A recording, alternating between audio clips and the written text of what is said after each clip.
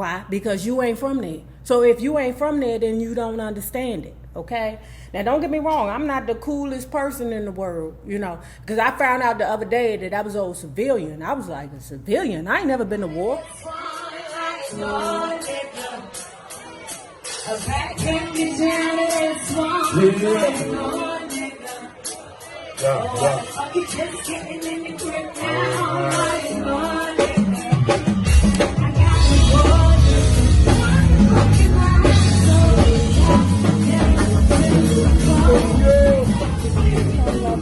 If you have not already done so, please remember to like, share, and subscribe because it is so important to my success here on the YouTube. Now, let's do a get ready with me with, let's talk about civil unrest right now. Before we get started, I want you to check this shirt out. Ooh, yeah.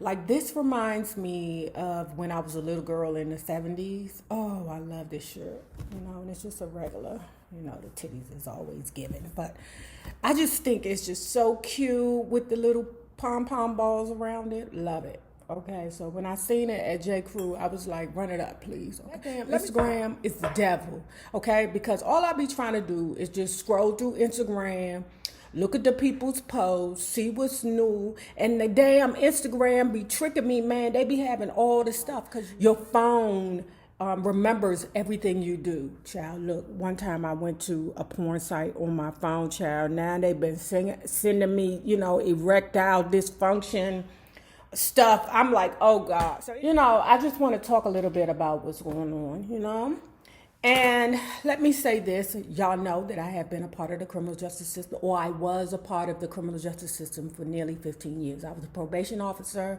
When I first got into it, I was very enthused. I felt that I could make a difference in regards to, trying to help people and make them know that you don't always have to be on the streets. I thought I could make a difference, and they were allowing me to make a difference. And then we had several new regimes that was kind of on board, but then they wasn't, and then we got this new regime that I don't know, they had a dick in their ass and they was like, if you ain't running our way, then you got to go. And guess what? They got to go. I don't believe in locking people up because of their zip code and the color of their skin, period. Okay, if you're not going to treat that Irish dude that I had down there to the Pennsylvania, who was a whole skinhead with the same regards that you treat this black boy that live around there to the Landover, Maryland, then don't talk to me. Okay, I don't want to hear that bullshit. Okay, but anyway, let me bring it back down. So anyway, let's get into the story time. I'm 13 years old. I'm living in Michigan Park. Me and my sister are both going to private schools. My mom is a government employee. My stepfather's a government employee. We're doing just fine, right?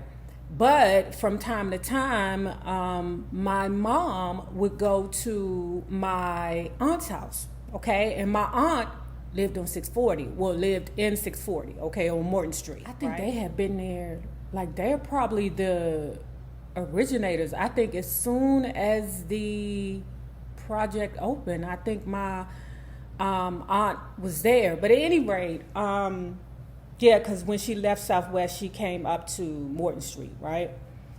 So don't get me wrong, I'm not, privileged. I'm still a little, let's say, sheltered, right?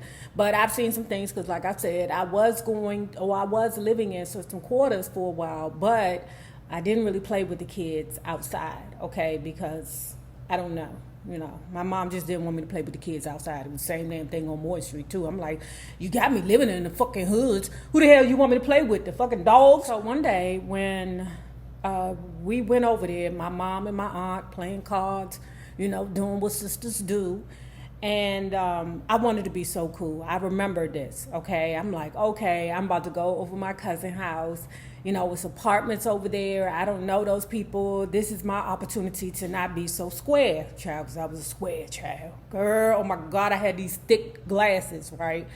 And on top of that, I was, always in uniform, so we didn't really have a lot of clothes. So whatever clothes that I had got hand-me-down from my upper cousins or from my older cousins, I had gotten them, right? So I put on some kind of concoction and put my thick ass glasses on, right? So we over my aunt's house, they about to start, puffing. Okay, kids go downstairs. So I think Mick was probably like 15 or 16 at the time. I'm not sure, right? But we playing around. I guess instead of us going the front way, if you know anything about 640, but instead of us going out the front way to the circle, we went out the back way down there towards Kiefer, because it's like a little store right there on Kiefer, right? And in DC, there's always tons and tons of alleys, okay? And if you don't know what an alley is, it is like a sub-street, right? We out there, we playing, right? Or doing what kids do, hanging out, talking shit, right? We actually had another cousin that was with us. And she wasn't my cousin. She was Mick's cousin, but in our family, a cousin to a cousin to a cousin is all a goddamn cousin to us. Right. We were walking past an alley, and what we saw was my cousin's boyfriend on the ground. I think he was probably like 16 years old. I'm not going to say his name. But he was like on the ground, handcuffed, on his knees, and the police was whooping the shit out of him. I said it. 4D was whooping the shit out of him. I'm 13 years old, and I'm asking my cousin, my big cousin, who's privy to more of the hood than I am. I was like, why are they beating him like that? And then it was like she couldn't even put it into, like, how do you describe to a square child what goes on in the hood? I couldn't understand it. I was shocked. I was like, why are they doing that to him? I don't get it, So then some of the kids started hollering, let him go, let him go. Then they started throwing rocks at the police, because I guess when they said let him go, they wasn't moved. They were still commencing to kicking that little boy ass. You heard me, on his knees with his hands handcuffed behind his back. And I'm a square there, and I'm going, God damn, what is going on here? I'm lost. I don't understand what's going on. I'm still like, what is this? Where are we? How does this happen in America? Me being square, and not knowing what the hell really be going down. Keep this in mind. It probably was 1984 or 83 in Washington, D.C., Northwest, 4D. Okay? Keep that in mind. Okay? So these are the 80s. Now, I ain't doing nothing because I'm still lost, because I come from a place of police are your friend. Because I'm going to private school, Officer Friendly come visit me every goddamn week, okay, or every other week, to make me feel like the officer is there to help me. And now I'm seeing the officer whip the shit out of a child. He's a child. He's 15, 16 years old. Now, don't get me wrong. If you're from the 80s in D.C., then you know damn well that, that's an occurrence. Okay, you know that they was whipping the shit out of them children. It wasn't until probably not too long ago that you wasn't allowed. Don't put your hands on the kids no more. And I'm sure it still happens from time to time. I'm sure it does. But, the kids started throwing rocks at the police.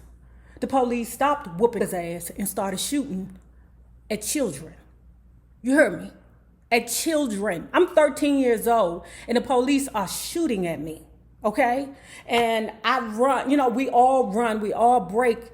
But luckily, the thing that happened with my cousin's boyfriend was he was able to get up and run away. Now, they were shooting at him also. So once they got finished shooting at us, they were shooting at him. In fact, let me tell you something else.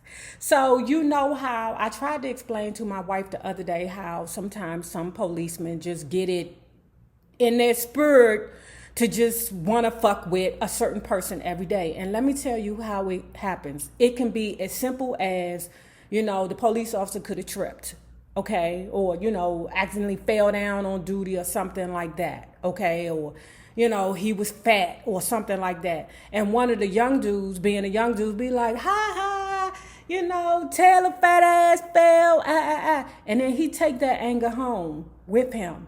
Instead of being like, my bad, taking it like a soldier, because you human too. he internalizes that anger, and all he does is remember when that young boy embarrassed him. They hate it when you run. The new ones, oh, they love it because that's all they do is they work out right before they go to work because they practicing just in case they get an opportunity to whoop your son ass. The old ones, they don't like it when you run because that mean they gotta work. The young ones, they be pure because you know a lot of them motherfuckers be ex-track stars, okay? And they be seizing the opportunity to show off their skills. All right. So when it's time to run, they love it. They got that adrenaline rush because that's what it is. It's an adrenaline rush for junkies. Okay. And that's what it is. Any opportunity for me to get some action. Okay. They look forward to work every day to whoop ass. Okay. Especially them new ones. Because, you know, I don't respect them until they got at least 13 years on the force. You know, don't talk to me. If you ain't got 13 years on the force, I'm not fucking with you, Cards. Okay? You know, even when me and my wife got into it about when the dude from Trinidad, Northeast DC, when the dude from Trinidad stole the police in the face. Okay? Because I can guarantee you that that police fucks with that little boy every day. Especially if that's his beat. Every day. These police be having hard-ons for one particular little boy, taking it back to where I want to go. And I know that a lot of the police look down, you know, on the young boys, like, oh, look at them. But tell the truth, police. You're jealous. You're jealous of the fact because they get all the bitches, you know. And you're jealous of the fact because they get all the cars, all the attention, all the accolades for being the street hero. There's so many variables and factors in which why hood niggas do what they do, you know, and it's not meant for everybody to understand it. Why? Because you ain't from there. So if you ain't from there, then you don't understand it, okay?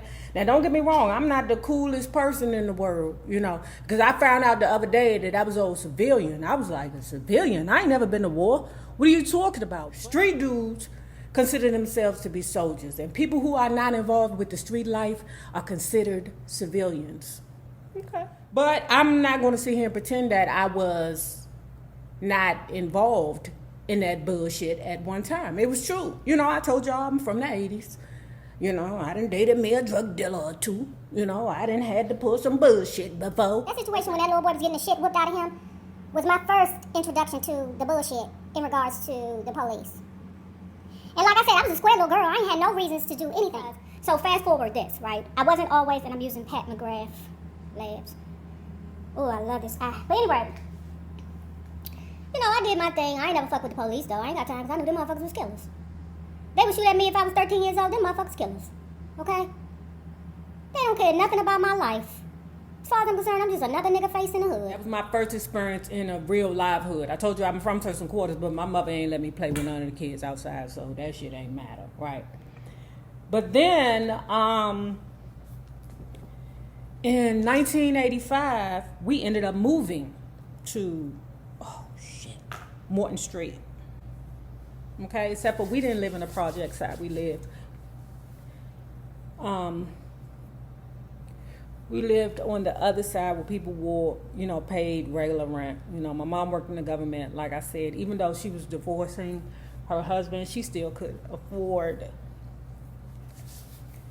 to, you know, pay regular rent.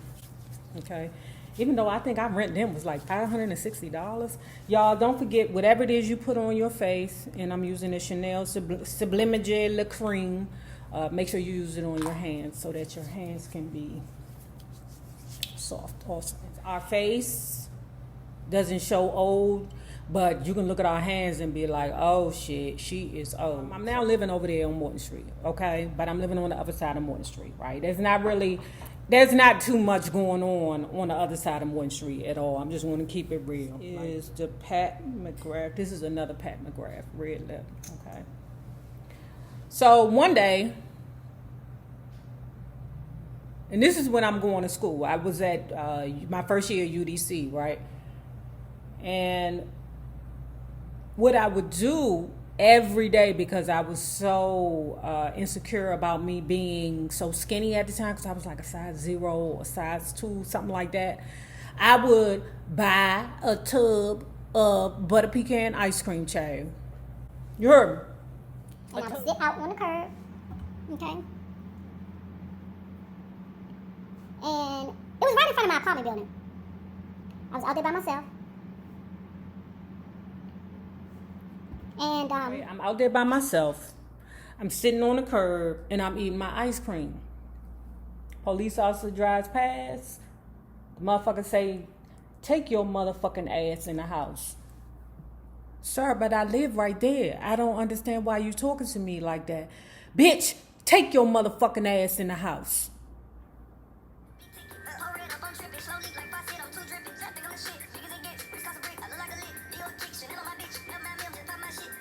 Okay, love bugs, if you have not already done so, please remember to like, share, and subscribe because it is so important to my success here on the YouTube.